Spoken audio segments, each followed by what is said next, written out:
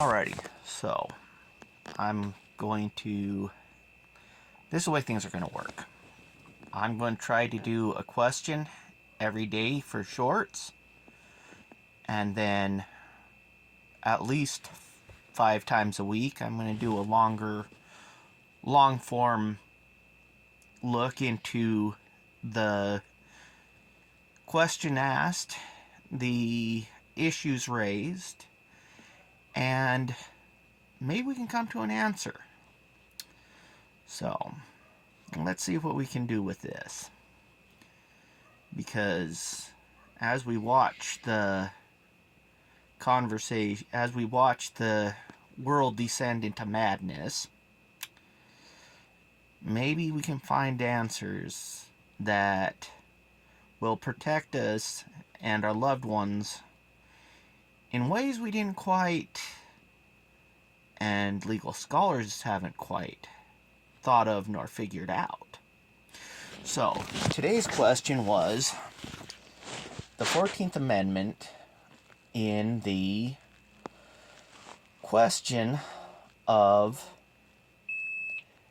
the question of immunities and privileges clauses.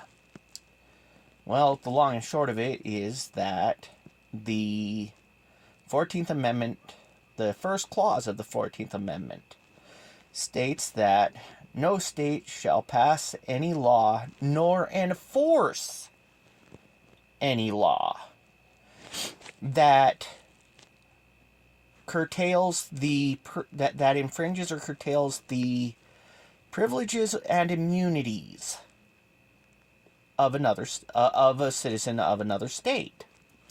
So, let's take a look at that.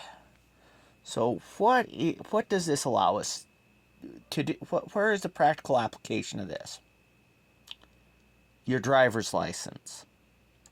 If you have a driver's license issued by the Department of Motor Vehicles within your state, you can drive anywhere in the United States or its territories. They must honor that. If they do not, then you have a case under the 14th Amendment that that particular state has violated your privileges and immunities.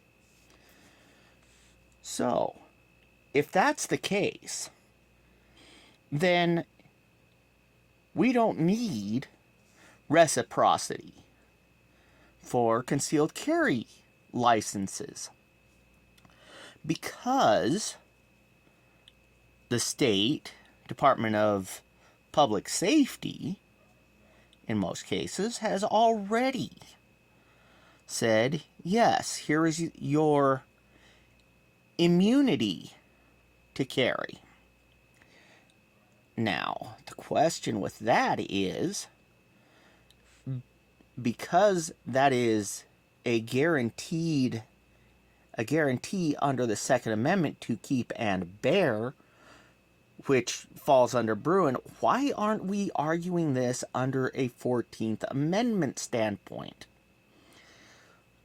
Right now, we're getting to a point where, okay, we have Judge Broom in Kansas saying that machine guns are bearable arms, therefore they are covered by the Second Amendment, which is a reiteration of Miller v. U.S., which said the same thing. So, what do we have? Well, we have the immunity, so why don't we push the argument? Right now, there are cases in Massachusetts where the New Hampshire Attorney General is suing the governor of Massachusetts for violating the privileges of those citizens.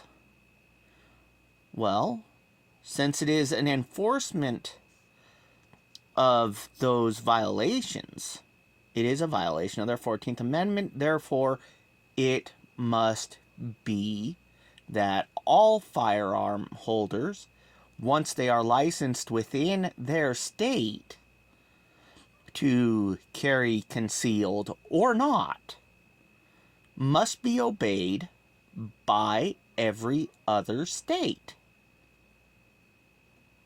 At least that's the conclusion I've come to. Am I wrong?